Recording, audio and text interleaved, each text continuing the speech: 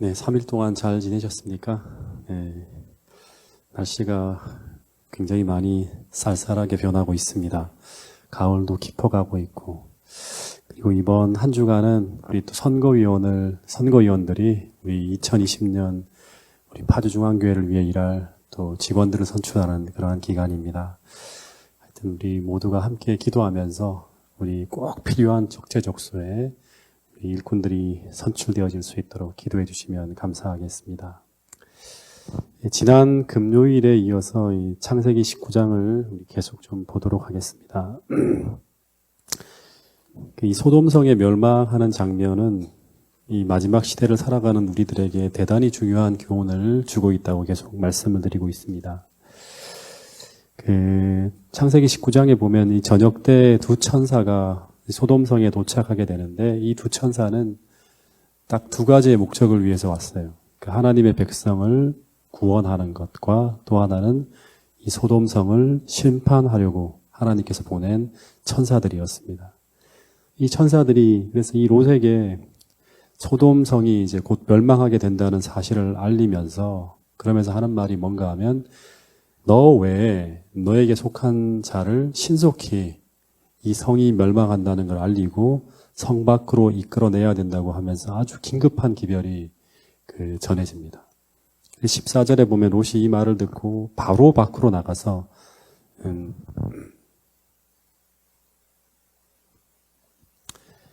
이 딸과 사위들에게 이 사실을 알립니다. 근데 이 사위들은 이 말을 무엇으로 여겼다? 농담으로 여겼다고 합니다. 이 소돔성에 사는 하나님의 백성이라고 공언하는 이 롯의 가족들이 지금 이 아주 진짜 어마어마한 일이 벌어지려고 하는 이 사태의 심각성을 깨닫지 못하고 있다고 하는 거죠. 이걸 가지고 우리는 뭐라고 하는가 하면 어떤 기별이 주어지는데 우리가 그걸 민감하게 반응하지 못하는 걸 가지고 영적 둔감성이라고 해요. 영적으로 깨어 있으면 어떤 기별이 하늘로부터 들려올 때 우리의 그것에 민감하게 반응하고 신속하게 움직이는데 영적으로 다 어두워져 있는 거예요. 이걸 가지고 이제 깨어나지 못하고 영적으로 잔다고 하는 거죠. 자기의 위치가 지금 어떤 위치에 있는지 모르고 있는 거예요. 지금 멸망의 그림자가 세상을 내려덮이고 있고 그 증거로 소돔성이 악의 소굴처럼 변해가고 있는데도 그들은 이 세상이 영원할 것이라고 생각하고 있는 거예요. 근데 여러분들도 지금 이 세상을 보면서 이 세상이 아직은 아니라고 생각하십니까? 조금 더 계속될 거라고 그렇게 생각을 하세요? 아니면 영원할 것이라고 생각합니까? 여러분, 재림교회는 세상의 멸망이 임박해오고 있는 이때 이제 모자라서 어떤 일이 벌어지는가 하면 세상이 멸망하잖아요. 하늘에서 당신의 백성들을 구하기 위한 탈출선이 이 땅에 우리를 구조하기 위해 내려올 그때 그 구원의 밧줄을 타고 올라가기 위해 준비하며 하루하루를 살아가는 사람들이 누구인가 하면 바로 재림교인이라고 하는 거예요. 이게 1800년대 재림교회가 세워지고 난 다음부터 지금까지 계속 그 기별을 전하고 있는 거예요. 그러나 이 세상이 영원할 것이라고 믿고 살아가는 사람들은 그들을 구원하기 위해 내려진 이 구원의 밧줄을 보지 못해요. 그게 바로 뭔가 하면 새천사의 기별이죠. 그 사람들이 바로 누구인가 하면 당시에 민노라고 하면서 살아가는 이 롯의 사위들이었다고 하는 거예요. 이 롯이 큰 슬픔과 낙담 가운데 돌아옵니다. 그러면서 이제 이 가족들을 어떻게 하면 좋을지 고민하며 천사들에게 이 생각을 전했겠죠. 이 얘기를 했는데 아무도 안 들어요. 다 농담으로 여깁니다라고 했겠죠. 그런데 이 천사들이 전혀 뜻밖에도 롯에게 뭐라고 하는가 하면 이제 탈출을 거절한 남은 가족들이 있음에도 불구하고 롯에게 뭐라고 하죠? 지체하지 말고 그 가족들은 다 포기하고 신속하게 그 도시를 탈출하라고 하는 거예요. 근데 이 롯과 그의 아내는 이제 구조환자에 보면 그들이 세상에서 가장 사랑하는 자녀들을 이 멸망의 구렁텅이 속에 두고 떠난다고 하는 생각은 그들을 견딜 수 없게 만들었다고 하는 거예요. 이 롯의 처 같은 경우는 못 가겠다고 막 그렇게까지 하는 거예요. 그러면서 이제야 그들은 각성하기 시작합니다. 그의 가족들이 지금 어떤 곳에 위치해 있는지, 다시 말해서 그들이 얼마나 위험한 곳에 있었는지를 깨닫기 시작했고, 그리고 이제서야 그들은 가족들을 구원하기 위해 무엇을 해야 될지를 고민하기 시작했다고 하는 거예요. 그러나 이미 그것을 행동에 옮기기에는 시간이 너무 늦은 것입니다. 그들은 너무나 깊이 세상에 빠져 있었고, 그리고 이제 그들을 위해 무엇을 하기에는 시간이 없는 것입니다. 이 염려는 했지만 설마 하며 염려하던 그 끝날이 이렇게 빨리 올 줄은 꿈에도 몰랐을 것이라고 하는 거예요. 그리고 하루하루 미루면서 등한히 했던 그 일이 그 무엇보다 중요한 일이었다고 하는 것을 그들은 이제 그 끝에 와서야 비로소 깨닫게 되는 거예요. 여러분, 오늘이라고 하는 이 시간, 오늘 우리는 그날의 이런 롯과 같은 이런 비극이 초래되지 않기 위해서 오늘 우리는 그날을 생각하며 아직도 우리에게 주어져 있는 이 은혜의 시간, 우리가 사랑하는 가족과 형제와 이웃을 주님께 인도하기 위해 최선을 다해야 한다고 하는 이 사실을 잊지 않게 되기를 간절히 바라겠습니다. 이 롯과 그의 아내가 이제 어떤 생각을 하고 있는가 하면 즉시 탈출을 하라고 해요. 그리고 이 소돔은 어떻게 된다?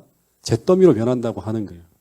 근데 도망갈 때 무엇을 가지고 가야 될지 망설이며 계속 지체합니다. 네. 무엇을 들고 떠나야 될지. 근데 이 천사는 롯의 소유에 전혀 관심을 나타내지 않고 있었다고 합니다.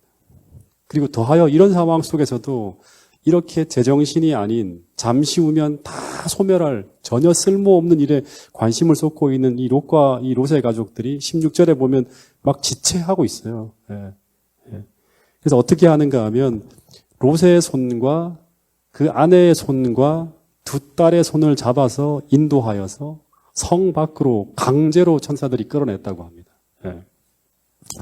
근데 이렇게 하는 것은 롯의 구원을 위해서 여호와께서 인자를 더하셨기 때문이라고 하는 거예요. 하나님이 안 도와주면 다 멸망하는 거예요. 하나님이 안 도와주면 이곳에 단 한 사람도 그 구원을 받지 못할 인생이 바로 우리 인생들이라고 하는 거예요. 예. 이 모습을 주석에서는 이렇게 표현했습니다. 지금 동상에 걸려 있으면서도, 그래서 사지를 타고 올라오는 마비 증세를 느끼면서도, 이 동상에 걸려서 이 사지가 다 마비가 되어지고 있는 거예요. 그러면서도 죽음의 잠에 굴복하고픈 유혹을 느끼는 폭풍 한설 속을 걸어가고 있는 방랑자와 같은 존재가 바로 우리 인간들이라고 표현하고 있는 거예요. 다시 말해서 영적 감각이 마비되어져 가고 있고 죄에 대한 감각이 둔해져 가고 있고, 그래서 그것이 죽음이라는 것을 알고 있으면서도 거기에 헤어나오지 못하는 사람들, 그 사람들이 바로 탈출을 명하는 이 하늘의 기별이 들려오는데도 불구하고 이 죄악의 도성인 소돔성에서의 탈출을 신속하게 하지 못하고 그 주변을 머뭇거리고 있는 롯과 같은 사람들이 바로 오늘을 살아가고 있는 우리들이라고 하고 있는 것입니다. 그래서 이 성 밖에서 아직도 성을 바라보며 우물쭈물해요. 밖에 나왔는데도. 그래서 이 롯의 가족들에게 이제 천사들은 성으로 들어가고 여호와 하나님께서 또다시 이런 말씀을 하셨다고 합니다. 뭐라고 하는가 하면 도망하여 생명을 보존하라. 돌아보거나 들에 머물지 말고 산으로 도망하여 멸망함을 면하라. 이 말은 성 밖에 나와서도 이 롯의 가족들이 계속 머뭇거리며 어디를 보고 있는가 하면 이 소돔성을 계속 바라다보고 있었다고 하는 거예요. 그래서 이 말씀은 실제적으로 이런 내용을 포함하고 있는 것이라고 합니다.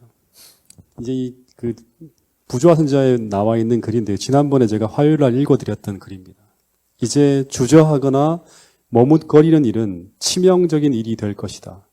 저주받은 도시를 망설이며 바라보든지 그처럼 아름다운 집을 떠나기 싫어서 한순간이라도 머뭇거리든지 하면 그들의 생명을 지불하게 될 것이다.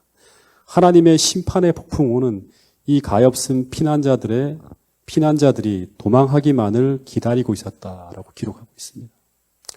근데 여러분, 왜 이렇게 서둘러야 하는 것일까요? 한번 생각해 보세요. 이 심판을 집행하시는 분이 누구죠? 하나님이죠. 그러면 이 심판의 시간을 정하시는 분도 하나님이신데 왜 서두르라고 하고 있을까요? 조금 더 여유를 줘서 이 롯과 그의 가족들이 그 소유물을 옮길 기회를 가질 때까지 멸망을 조금 연기시키면 조금 더 편한 마음을 가지고 롯의 가족들이 탈출할 수 있을 텐데 왜 그것이 허락이 안 되었을까요? 예? 더하여서 만약에 시간이 조금 더 주어진다면 이 롯의 가족들이 다른 사람들에게도 계속 설득하고 가족들, 친구들까지 더 설득할 수 있지 않았을까요?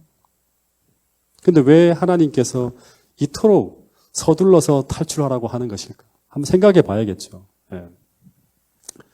심지어 주님은 뭐라고까지 하는가 하면 뒤를 돌아봐서도 안 된다고 하고 들에 머물러 있어도 안 된다 그러고 앞만 바라보고 산을 향하여 도망해서 생명을 보존하라고 합니다. 굉장히 긴급하게 움직이라고 하는 거예요. 이 말은 어떤 말인가 하면 소돔성에 남겨진 것에 대해서 단 하나도 미래를 두지 말고 앞만 보고 달려가라고 하는 거예요. 예루살렘 도성이 멸망할 때도 똑같았죠. 이 예루살렘 도성에 남겨진 것에 대해 단 하나라도 미련이 있으면 안 된다고 하는 말들이 뭐예요? 지붕 위에 있는 사람은 내려가서 그 안에 호숫가지를 가져갈 것을 생각하면 안 된다고 하는 거죠. 들에 있는 사람은 다시금 집에 들어가서 뭘 챙기면 안 된다고 하는 거예요. 무조건 밖으로 탈출하라고 하는 거예요. 단 하나도 이 땅의 것에 미련을 두고 있는 사람은 그것에 매여서 결국 자기 생명을 지불할 수도 있다고 하는 거예요. 그래서 만약 시간을 더 달라는 이 롯의 요구가 승인되었다면 롯에게 어떤 일이 벌어졌을까요? 아마 롯은 시간이 흐를수록 계속 뭐를 바라보는가 하면 평생 쌓아놓은 그 소중한 재물을 계속 쳐다보는 거예요. 그러면 생각이 많아집니다. 그러면 그것과 결별하기가 점점 더 힘들어졌을 것이라고 합니다. 그래서 당시 롯에게 유일한 안전책은 그의 마음을 소돔에 붙잡아 두고 있는 모든 것들과 즉각적이고도 신속하고 완전한 결별에 있었다고 하는 거예요. 이게 유일한 안정책이라고 하는 거예요. 즉각적이고도 완전한 결별.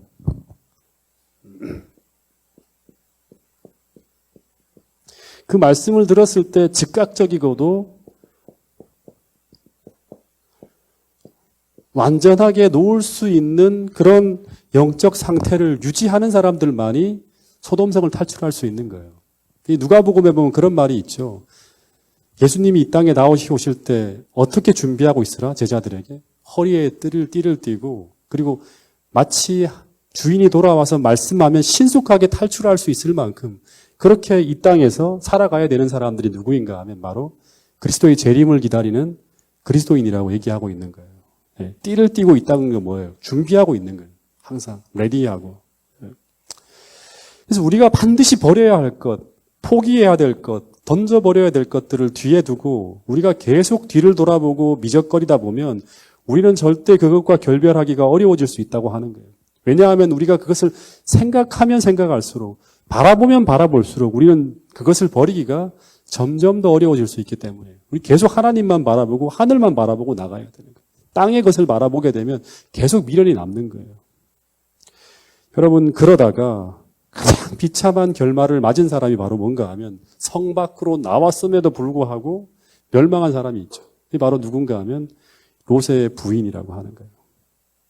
그것에 매여서 결국 멸망을 당하게 되는 거예요. 그것에 붙들려 있으면서. 여러분 그래서 사단이 인간을 자신에게 묶어두기 위해 사용하는 가장 효과적인 전략이 뭔가 하면 바로 잠시 후에라고 하는 것이라고 합니다. 잠시 후에. 지금은 아니고 잠시 후에. 잠시 후에 그것을 버릴 거야. 잠시 후에 이것을 할 거야. 미루다 보면 어디까지 미루는가 하면 주님이 오시는 그 순간까지 계속 미뤄지는 거예요. 계속 미뤄질 수밖에 없어요.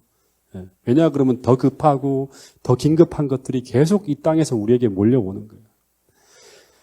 그래서 우리의 마음을 붙잡아 두고 있는 죄악적인 것들과는 어떻게 해야 된다? 즉각적이고도 완전한 결별이 오늘 이 순간 우리에게 이루어져야지만 우리가 안전할 수 있다고 하는 거예요.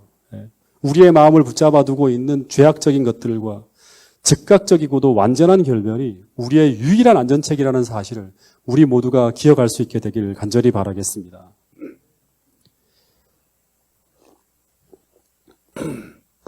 예수님이 이 소돔이라는 죄악을 떠날 때 돌아보거나 심지어 들에 머물거나 하지 말고 완전히 떠나라고 하는 거예요. 완전하게. 왜냐하면 이 죄악이라고 하는 것이요. 전염성이 워낙 강하기 때문에 한시라도 틈을 주면 우리는 또다시 악에 물들게 되어 있습니다. 이게 바로 이제 이 죄라는 것의 하나의 어떤 그런 모습이고, 우리가 얼마나 취약하고 연약한지, 우리의 면역력이 얼마나 연약한지를 하나님이 아세요. 그래서 이 데살로니가 전서 5장 22절에 보면 악은 무엇이라도 버리라. 모든 모양이라도 버리라고 하는 거예요. 이 말은 악과 철저하게 결별하며 살아가라고 하는 거예요. 이 본문에 보면 예수님이 이제 성을 탈출한 롯에게 뭐라고 하는가 하면 어디로 가라고 하죠? 산으로 도망하라고 해요. 산으로. 이걸 이제 모압산이라고 이제 보통 얘기를 하는데, 왜 산으로 도망하라고 했는가 하면 소돔 일대 모든 평지는요, 다 죄악으로 물들었어요. 모든 성읍들이 다 죄악으로 물들었어요. 지상에서 가장 타락한 장소가 전부 다 뭔가 하면 이 시딤 골짜기의 모든 성읍들이에요. 그래서 잠시 후에 다 불덩이로 뒤덮일 가장 위험한 장소가 되어 있기 때문에 하나님은 롯에게 비록 잠시 불편하더라도 죄악에 감염되지 않은 안전한 장소인 어디로 가라? 사람이 살지 않지만 산으로 피난자를 찾아야 된다고 하는 거예요. 이 산은 주님께서 머물라고 하는 장소예요. 근데 18절, 20절 롯이 어떤 말을 하는가 하면 참 충격적인 말을 합니다. 읽어볼까요? 창세기 19장 18절, 20절 한번 같이 읽어보겠습니다. 시작. 롯이 그들에게 이르되 내 주여 그리 마옵소서. 종이 주께 은혜를 얻었고 주께서 큰 인자를 내게 베푸사 내 생명을 구원하시오나 내가 도망하여 산까지 갈 수 없나이다. 보소서 저 성은 도망하기 가깝고 작기도 하오니 나로 그곳에 도망하게 하소서. 이는 작은 성이 아니니까 내 생명이 보존되리이다 라고 말하였다고 합니다. 그러니까 본문을 보면 이 롯이 계속 하나님의 계획에 협력하는 대신에 어떻게 하는가 하면 산으로 도망하는 것이 자신에게는 불가능하다고 하는 거예요. 그래서 나를 살려주시려고 하면 하나님께서 말씀하신 산이 아니라 어디로 가게 해달라고? 가까운 소알이라고 하는 작은 성읍으로 피난하게 해달라고 하는 거예요. 다시 말하지만 시딤에 있는 모든 평지는, 모든 성읍들은 다 멸망이 결정되어진 그런 타락한 도성이에요.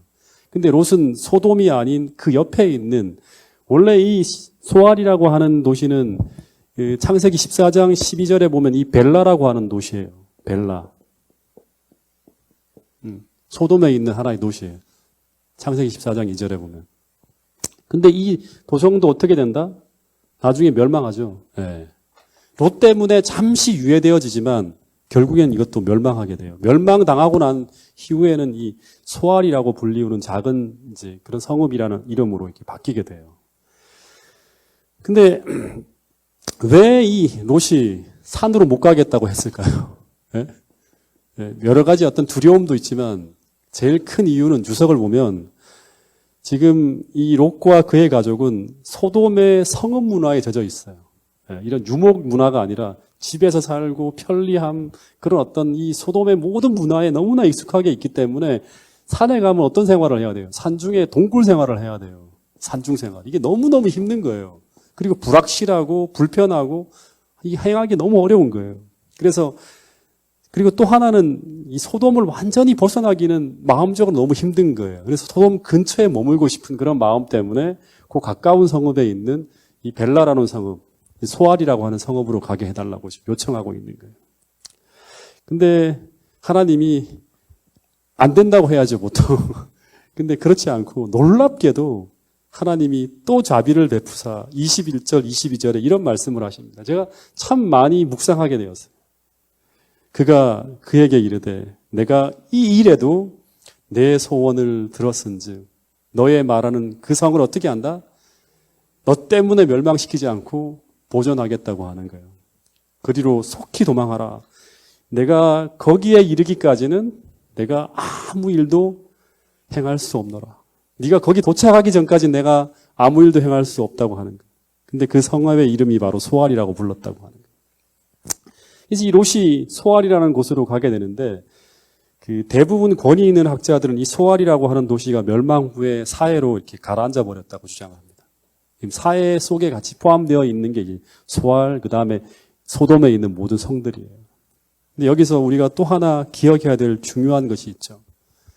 이토록 꼼지락거리고 핑계를 대고 불순종하며 하나님 말씀 앞에 믿고 순종하기를 더디하고 있는 이 롯을 하나님께서 어떻게 하시고 있다?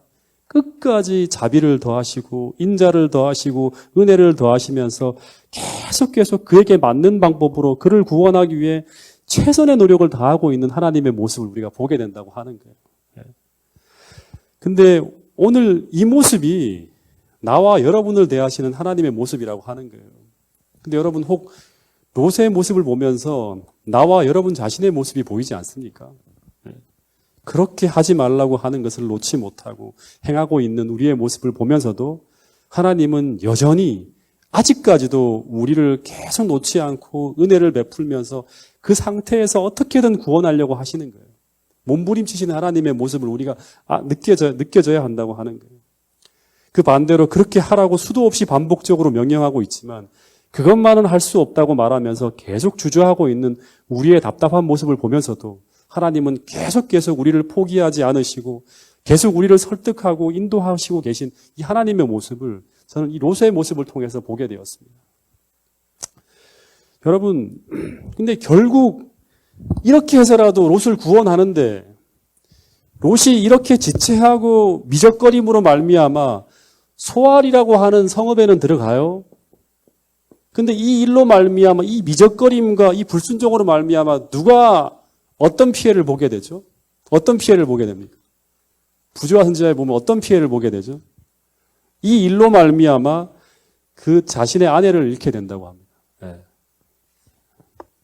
이 긴박성과 이 신속함을 깊이 느끼면서 아내와 가족들을 강권했다면 롯이 이렇게 해야 된다고 큰일 난다고 하면서 계속 아내를 설득하고 아내와 함께 가족들을 독려했다고 하면 이 아내가 뒤를 돌아보지 않았을 것이라고 하는 거예요. 여러분, 그래서 항상 최선의 방법은 하나님께서 하라고 하는 대로 우리가 순종하며 살아가면 그 피해가 최소화될 수 있고요. 가장 안전하고 가장 완벽한 방법으로 하나님께서 우리를 도와주신다는 것을 경험할 수 있는 거예요. 순종이 최고의 유익이고 순종이 최선이라고 하는 사실을 우리가 잊지 않아야 돼요. 하나님이 롯과 그의 가족이 안전한 장소로 이동하기까지 이 멸망의 천사의 손을 붙잡고 계십니다. 속히 도망하라. 신속하게 도망해라. 내가 거기에 이르기까지는 남은 아무것도 행할 수 없노라고 말씀하셨다고 하는데 이 글을 읽으면서 여러분 혹시 계시록에서 이런 비슷한 장면을 보지 않습니까? 너희들이 그곳에 이르기까지는 내가 아무 일도 할 수 없다고 하는 이런 비슷한 이야기가 나와요. 멸망 직전에. 어디에서 이 장면이 나오죠? 그렇죠. 정승권 집사. 계시록 7장에 보면 7장 1절부터 3절까지의 이야기가 연상되어지는 거예요. 이 일 후에 내가 내 천사가 땅 내 모퉁이에 선 것을 보니 땅 사방의 바람을 붙잡아 바람으로 하여금 땅에나 바다에나 각종 나무에 불지 못하게 하고 있어요. 내 천사가 바람을 붙잡고 있어요. 이렇게. 이게 마지막 시대에 벌어지는 장면이죠. 그죠? 근데 이 손을 탁 놓으려고 하는데 그 초기 문제에 보면 이 천사들이. 근데 또 다른 천사가 살아계신 하나님의 인을 가지고 해돋는 데서부터 올라와서 땅과 바다를 해롭게 할 권세를 얻은 내 천사를 향하여 큰 소리로 외쳐서 뭐라고 하는가 하면 우리가 우리 하나님의 종들의 이마에 뭐하기까지? 인치기까지. 땅이나 바다나 나무나 해하지 말라고 하는 거예요. 내가 내 백성이 안전하게 그 소알이라는 성읍에 들어갈 때까지 내가 아무것도 하지 못하겠다고 하는 거예요. 하나님 백성들이 인침을 받기까지 하나님께서 절대 이 세상을 해하지 말려고 하는 그 이야기가 지금 벌어지는 것이 똑같은 이야기로 들려지는 똑같은 패턴이에요. 여러분, 하나님은 지금도 우리가 하나님의 인을 받고 하나님의 완전한 보호 속으로 들어가기까지 계시록 7장에 하늘의 내 천사의 바람을 붙잡고 있다고 하는 거예요. 근데 그 시기가 바로 우리가 지금 살고 있는 이 시기라고 하는 거예요. 그래서 오늘도 하나님은 우리가 계속 믿음으로 자라나고 성장해서 마침내 하나님의 인을 치는 그 늦은 비 성령의 인침을 받기까지 계속해서 순종하며 나가서 하나님의 완전한 피난처, 안전한 피난처가 있는 곳으로 계속 믿음으로 들어가게 되기를 하나님은 고대하고 있다고 하는 거예요. 우리가 미적거리고 있고 계속 우리가 핑계대고 있고 여러 가지로 주저하고 있는 이때 하나님께서 당신의 백성들을 완전히 모으기까지 계속 말씀을 통해서 권면하고 여러분의 상황을 통해서 계속 독려하면서 믿음으로 성장해 주기를 바라고 있다는 이 사실을 잊지 않게 되기를 간절히 바라겠습니다. 여러분뿐만 아니라 나의 가족과 이웃들을 초청하고 설득해서 계속 죄악의 땅에서 깨어나게 하여서 주님께서 열어놓으신 그 도피성을 향해서 지체 없이 뛰어가도록 우리는 지금 신속하게 그들을 도와야 한다고 하는 거예요. 그것이 바로 뭔가 하면 새 천사의 기별을 전하는 우리들의 사명이라고 하는 거예요. 23절에 보면 롯이 소알에 들어갈 때 해가 돌았다고 합니다. 그러니까 아침이에요. 근데 24절에 보면 유황과 불이 비같이 소돔에 쏟아지는 거예요. 근데 신명기 29장 23절에 보면 여호와께서 진멸하신 땅을 보면 이 소돔과 고모라만이 아니에요. 아드마, 스보임, 그 모든 평지에 있는 도시들이 다 불타서 소멸되었습니다. 근데 오직 벨라, 이 소알이라고 하는 작은 동네만 이 롯과 그의 가족 때문에 남았지만 그것도 잠시 동안이었다고 하는 거예요. 잠시 후에 모든 타락한 성읍이 다 불로 사라집니다. 그때의 모습을 기록한 글이 있는데 제가 하나 읽어드릴게요. 롯이 소알에 들어갈 때 해가 돋았다. 아침의 밝은 빛이 평야의 도시들에게 번영과 평화만을 말하는 것처럼 보였다. 롯이 이제 해가 돋을 때 이제 돌아가요. 소알에 들어가는 순간 어떻게 됩니까? 심판이 집행되어지는 거예요. 활발한 생활의 움직임이 거리에 시작되었고 사람들은 사업이나 그날의 쾌락에 여념이 없는 등 여러 면에서 분주하게 움직이고 있었다. 롯의 사위들은 어땠을까요? 롯의 사위들은 마음 약한 노인의 공포심과 경고를 재미있어 하고 있었다. 우리 장인어른이 이런 말을 했어 하면서 막 웃는 거예요. 그날 아침까지. 그런데 돌연 예기치 않게 청천벽력같이 대소동이 일어났다. 주께서 도시들과 비옥한 평야에 유황과 불을 하늘에서 비처럼 내리셨다. 그리고 시딤의 아름다운 골짜기는 범죄에 대한 하나님의 심판의 확실성을 각 시대를 통하여 증거하기 위하여 황폐된 곳, 곧 다시 건축하거나 사람이 살 수 없는 곳이 되었다. 이 사회로 다 변해버린 거죠. 지금도 마찬가지죠. 네. 여러분, 성읍을 불태우기 위해 하나님이 사용한 방법은 초자연적인 방법이었고 그 재앙으로 말미암아 소돔성은 흔적도 없이 사라집니다. 그런데 이 대재앙은 성경 전체를 통해서 모든 악인들에게 불로서 임할 마지막 심판에 대한 신뢰로 하나님께서 남겨주신 게 바로 뭔가 하면 이 소돔과 고모라의 멸망이라고 하는 거예요. 베드로후서 2장 6절에 보면 소돔과 고모라 성을 멸망하기로 정하여 제가 되게 하사 후세에 경건하지 아니한 자들에게 본을 삼았다고 하는 거예요. 그러니까 마지막 심판에 대한 하나의 어떤 그런 이게 실제로 일어난 일이고 이렇게 분명히 마지막 때 예수님이 재림하기 직전에 세상이 이렇게 될 것이다. 예수님이 재림할 때가 아니죠. 삼림할 때 이렇게 불에 타는 거죠. 그렇게 될 것이라고 하는 것을 보여주기 위한 하나의 신뢰로 이 소돔과 고모라 성이 멸망했고 지금도 그 염해로 사해로 불리는 동네로 남아 있다고 하는 거예요. 네. 여러분 근데 또 하나 26절에 보면 이 기사의 끝에 이런 비극적인 기록이 등장합니다. 26절 한번 같이 읽어볼까요? 창세기 19장 26절입니다. 시작.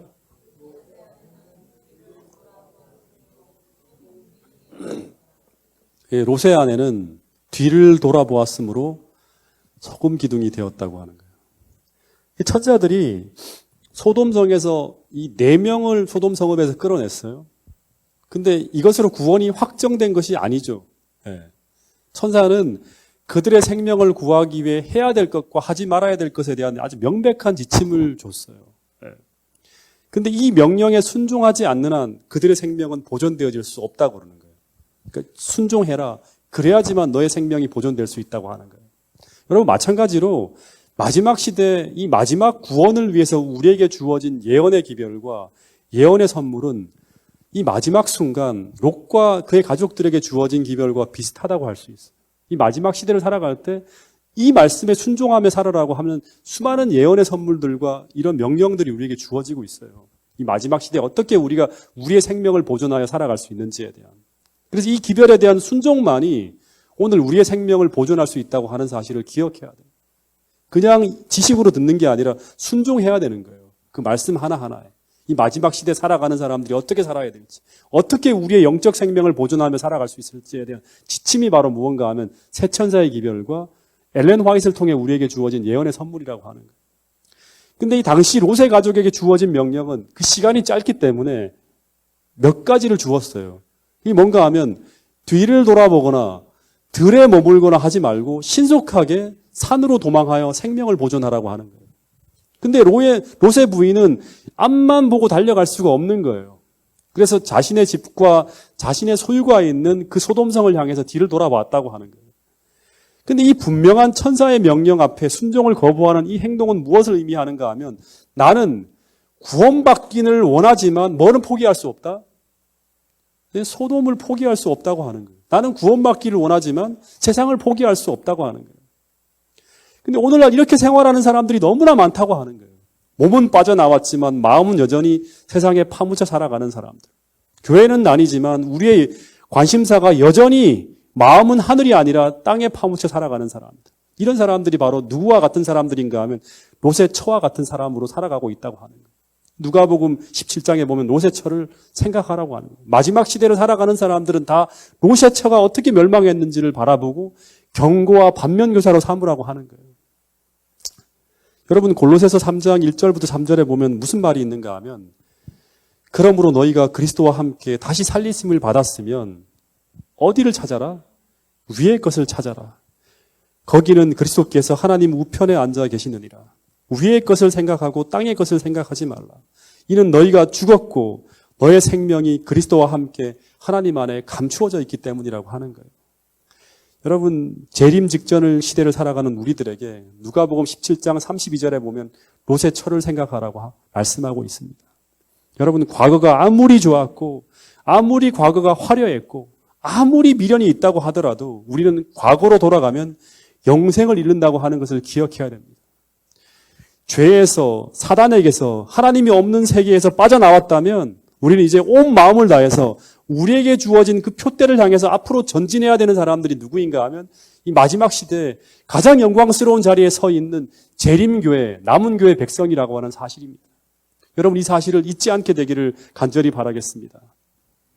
마지막으로 또 하나 우리가 생각해 보게 되는 것은 왜 천사들은 아예 처음부터 천사들이 롯의 가족을 끌어서 성 밖에다만 내놓는 것이 아니라 산에까지 아예 이동시키면 되는데 왜 굳이 성 밖에까지만 이끌어내었을까 하는 거예요. 이건 개인적인 생각이에요. 왜 그랬을까요? 네? 생각하게 되더라고요. 왜 그런가 하면 우리가 꼭 기억해야 될 것이 뭔가 하면 구원은 하나님이 큰 은혜로 우리를 부르시고 수많은 거의 대부분 하나님이 하시지만 꼭 기억해야 될 것은 이 장로교의 구원과 우리의 구원론이 달라요. 구원은 재림교에서 가르쳐주는 구원은 신성과 인성이 연합되어져야 되는 거예요. 네. 신성과 인성이 연합을 통해서 이루어지는 거예요. 다시 말해서 하늘은 우리에게 구원의 밧줄을 내려놓기까지 하는 거예요. 그런데 이 내려진 구원의 밧줄을 인간이 자신의 의지를 동원해서 붙드는 인간의 그 의지적인 결합이 있어야지만 하나님의 구원이 이루어지는 거예요.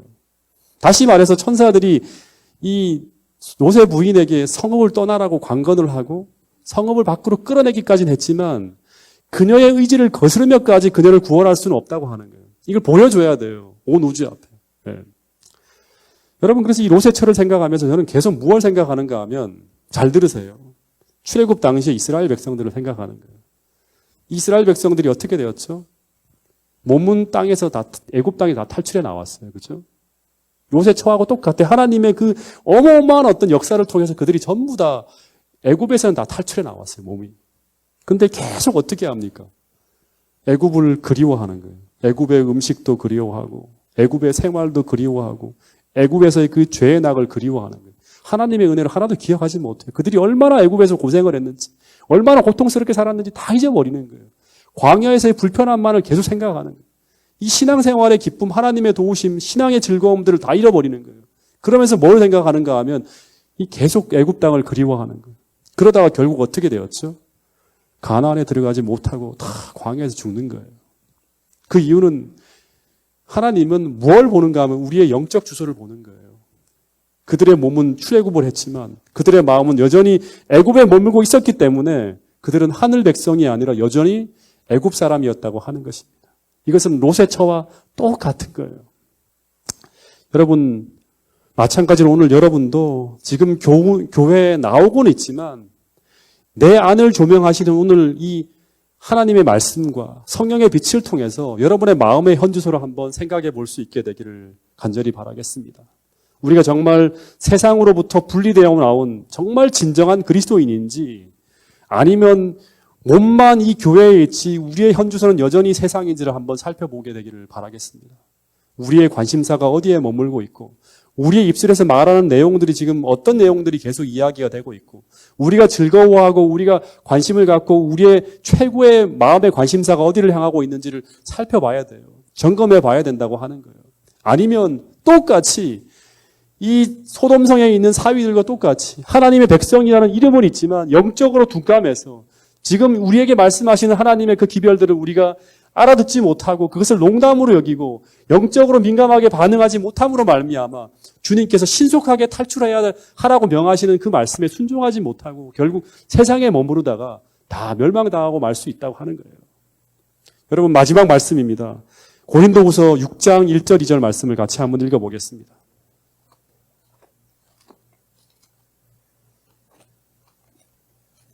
고린도후서 6장 1절 2절 말씀입니다.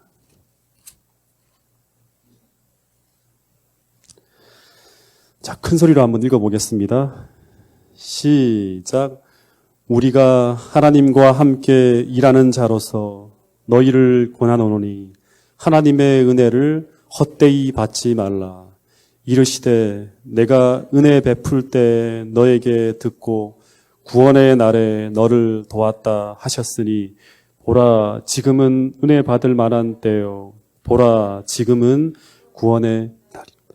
여러분, 하나님께서 오늘 우리에게 계속 은혜를 베풀고 있고 은혜의 시기를 연장하고 있다고 하는 거예요. 근데 이 하나님의 은혜를 헛되이 받지 말라고 말씀하고 있습니다. 하나님께서 우리에게 베풀어준 이 은혜가 헛되이 돌아가지 않도록 우리에게 반드시 신앙의 꽃이 피고 우리가 반드시 구원의 반열에 서서 하나님을 기쁘게 할 수 있는 그런 사람으로 이 마지막 시대를 살아낼 수 있기를 간절히 바라겠습니다. 보라 지금은 은혜 받을 만한 때요. 보라 지금은 구원의 날이로다. 여러분에게 간청하시는 이 하나님의 은혜가 여러분을 변화시키고 성장시켜서 마침내 하나님께서 여러분들을 마음껏 쓰실 수 있는 그런 하나님의 도구들로 다 변화되어질 수 있기를 간절히 바라면서 오늘 말씀을 줄이도록 하겠습니다.